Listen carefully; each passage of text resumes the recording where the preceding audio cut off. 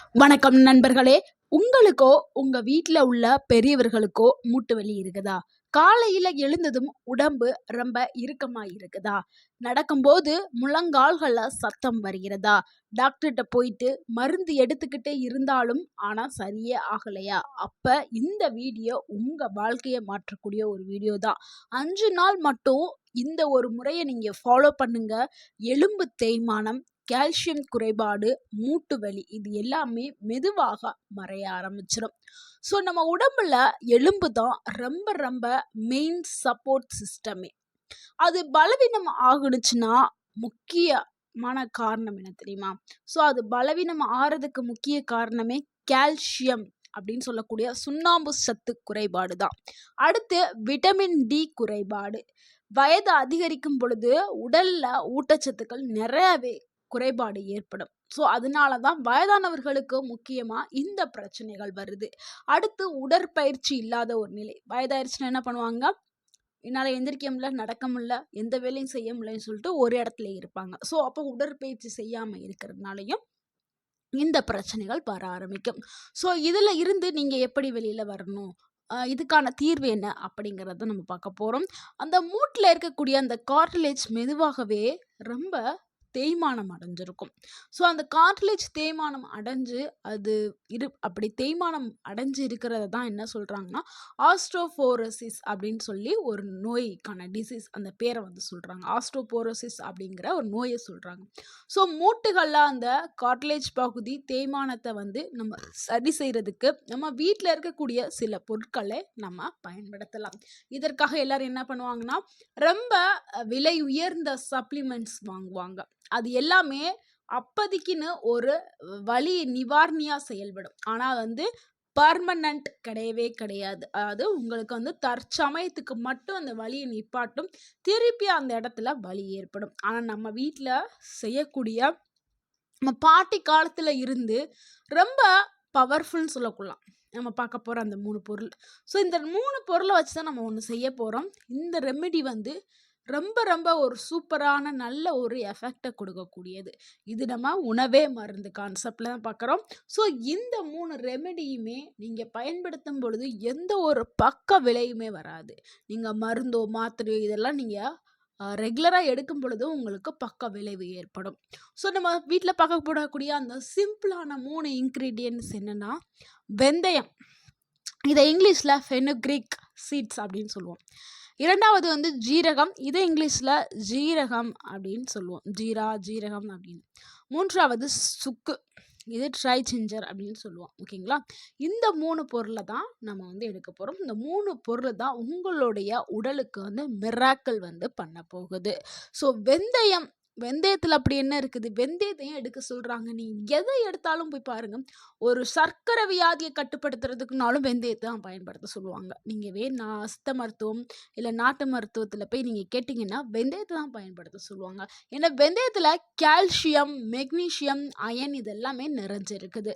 So எலும்பு வலிமையை ஆக்குறதுக்கு வெந்தயம் பயன்படுது. ஜாயிண்ட் லூப்ரிகேஷனுக்கும் வெந்தயம் பயன்படுது. இன்ஃப்ளமேஷன், அந்த வலி, வீக்கம், கட்டி கிட்டி எல்லாத்தையும் குறைக்கிறதுக்கு வெந்தயம் வந்து பயன்படுது. ஸோ அதனால தான் வெந்தயத்தை நம்ம எடுத்துக்கிறோம். அடுத்து ஜீரகத்தையே நம்ம எடுத்துக்கிறோம்.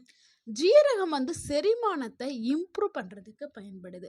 அதே செரிமானம் நல்லா இயங்க ஆரம்பிச்சிருச்சுன்னா நல்ல ஊட்டச்சத்துக்கள் எல்லாமே உடல் வந்து உறிஞ்சிக்க ஆரம்பிக்கும். ஸோ அதனால தான் ஜீரகம். அதே மாதிரி கால்சியத்தை அப்படியே அப்சார்ப் பண்ணி உடலுக்கு கொடுக்கக்கூடியது ஜீரகம்.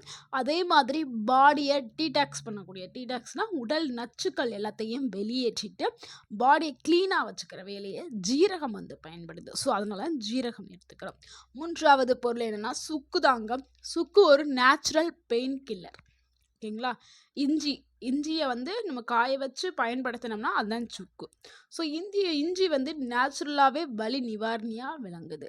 முக்கியமாக ஜாயிண்ட் பெயினை வந்து ரெடியூஸ் பண்ணுற தன்மை இந்த சுக்குக்கு இருக்குது. அடுத்து பிளட் சர்க்குலேஷனை வந்து இம்ப்ரூவ் பண்ணுற தன்மை சுக்குக்கு இருக்குது. அதனால தான் இதை 3ஐயும் நம்ம பயன்படுத்துகிறோம். ஸோ இதை எப்படி ப்ரிப்பேர் பண்ணணும் அப்படிங்கிறத பார்த்தலாம். இதை ப்ரிப்பேர் பண்ணி எத்தனை நாளைக்கு எடுக்கணும், அப்போ தான் என்ன பலன் கிடைக்கும் நம்மளுக்கு தெரியும். ஸோ எப்படி ப்ரிப்பேர் பண்ணணுங்கிறத பார்த்துடலாம். அதுக்கு நம்ம வெந்தயம் வந்து 1 டேபிள் ஸ்பூன் எடுத்துக்கிறணும். ஜீரகம் 1 டேபிள் ஸ்பூன், சுக்கு பவுடர் அதை வந்து 1/2 டேபிள் ஸ்பூன் எடுத்துக்கணுங்க. ஓகேங்களா? சுக்கு பவுடரை மட்டும் 1/2, மற்றதெல்லாம் 1. இதை இரவில் தண்ணியில் ஊற வைக்கணும். எதை? வெந்தயத்தை. ஓகேங்களா? தண்ணியில் ஊற வச்சிருங்க. ஜீரகத்தையுமே ஊற வச்சிருங்க. காலையில் அதை கொதிக்க வச்சு வடிகட்டிட்டு நீங்கள் குடிங்க. ஸோ இந்த மாதிரி நீங்கள் கொதிக்க வச்சு வடிகட்டிட்டு குடிக்கும் பொழுது உங்கள் உடல் வந்து சூப்பராக ஆரோக்கியமாயிரும். இதை வெறும் வயிற்றுல குடிச்சாதான் நல்ல ஒரு ரிசல்ட். காலையில் எந்திரிச்சு காஃபி டீ குடிச்சுப்புட்டு இதை குடிக்கக்கூடாது. காலைல எந்திரிச்சிட்டு நீங்கள் முதல்ல குடிக்கிறது இந்த ஒரு ரெமெடி தான் நீங்கள் குடிக்கணும். இந்த ஒரு பானத்தை தான் குடிக்கணும். இதை வெறும் வயிற்றில் குடித்தாதான் உங்களுக்கு நல்ல ரிசல்ட் கிடைக்கும். இதை நீங்கள் தொடர்ந்து 5 நாட்கள் வந்து குடிக்கணும். ஒரு நாள் குடிச்சிட்டு எனக்கு வரலையே அப்படின்னு சொல்லவே கூடாது. எப்பொழுதுமே வந்து நம்ம தொடர்ந்து எடுக்கும் பொழுது தான் நம்மளுக்கு ரிசல்ட் வந்து நல்லா கிடைக்கும். ஸோ தொடர்ந்து எடுக்கிறது தான் இதில் ரொம்ப ரொம்ப முக்கியம். ஸோ தொடர்ந்து எடுக்கும் பொழுது உங்களுக்கு மூட்டு வலி குறைஞ்சிருக்கும். எலும்புகளில் பலம் இதுக்கு உண்மையான ஒரு கதை இருக்குது. இது நிஜமா நடந்தது தான். எங்க அக்கா வீட்ல வந்து ஒரு பாட்டி இருந்தாங்க. அவங்கனால நடக்கவே முடியல. அந்த அளவுக்கு வந்து அவங்களுக்கு முட்டிக்கால்ல சிவியரா பெயின் இருந்துட்டே இருந்துச்சு. இதுக்காக அவங்க ஹாஸ்பிட்டல்ல போய் மாசம் ரூ. 2000 மாத்திரை மட்டுமே ரூ. 2000 வாங்குவாங்க. அந்த அளவுக்கு அவங்க ட்ரீட்மெண்ட் எடுத்துட்டு இருந்தாங்க. மாத்திரை மட்டும் ரூ. 2000. மற்ற செலவெல்லாம் தனி. ஸோ இந்த மாதிரி மாத்திரை அதிகமாக சாப்பிட என்ன ஆகும்? வலி வந்து மாத்திரை போட்டால் நிற்கும், திருப்பி வரும். மாத்திரை போட்டால் நிற்கும், திருப்பி வரும். இதனால அதிக மாத்திரை எடுக்கும் பொழுது என்ன ஆகுது? கிட்னி ஃபெயிலியர் ஆகுது. ஸோ இந்த பிரச்சனைக்காக என்ன பண்ணாங்கன்னா, சரி வீட்டில் இருக்கிறது அக்கம் பக்கத்தில் விசாரிக்கும் போது இந்த ரெமெடியை வந்து குடிக்க சொன்னாங்க. 5 நாள் தாங்க குடித்தாங்க. 6வது நாள் என்ன நடந்துச்சு தெரியுமா? தானாவே நடக்க ஆரம்பிச்சாங்க. இது மிராக்கல் இல்லைங்க. இது நேச்சுரல் சயின்ஸ். இப்போ அதைத்தான் நான் எக்ஸ்பிளைன் பண்ணேன். இந்த 3 பொருளும் என்ன நம்ம உடலுக்குள்ள பண்ணுது அப்படின்ட்டு. ஸோ நீங்கள் பயப்படவே தேவையில்லை. எந்த ஒரு பக்க விளைவுமே கொடுக்காது இந்த 3 பொருளுமே. அதனால தான் நம்ம உணவில் சேர்த்துட்டே இருக்கோம். ஸோ நம்ம உணவில் சேர்க்குற பொருளை தான் நம்ம தனியாக மறுபடியும் அதை நம்ம கொதிக்க வச்சு குடிக்கிறோம். ஸோ இதனால் எந்த ஒரு பிரச்சனையுமே இல்லை. நீங்கள் தொடர்ந்து எடுக்கிறதுல தான் இருக்கே விஷயம். இந்த ரெமெடி மட்டும் போதாது. இது கூட சில விஷயங்களையும் நீங்கள் கடைபிடிக்கணும். காலையில் நீங்கள் எந்திரிச்சு சூரிய ஒளியில், அப்போ தான் உங்களுக்கு விட்டமின் டி வந்து கிடைக்கும். ஸோ காலையில் எந்திரிச்சு சூரிய ஒளியில் ஒரு 10 நிமிஷம் இல்லைன்னா 15 நிமிஷம் நீங்கள் வாக்கிங் போங்க. ஏன்னா லேசான எக்ஸசைஸுங்கிறது உடலுக்கு ரொம்ப அவசியமான ஒன்று. ஸோ காலையில் எந்திரிச்சோன்னா இந்த பானத்தை குடிச்சிட்டு நீங்கள் அடுத்து உங்கள் உடலுக்கு வந்து உடலை இயக்கிறதுக்கு உடற்பயிற்சி செய்யணும்.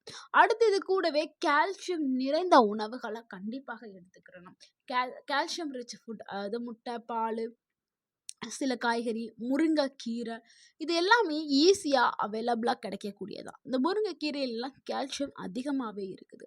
முட்டையில் கால்சியம் அதிகமாக இருக்குது. ஸோ இந்த மாதிரி அடுத்து வந்து கேழ்வரகு.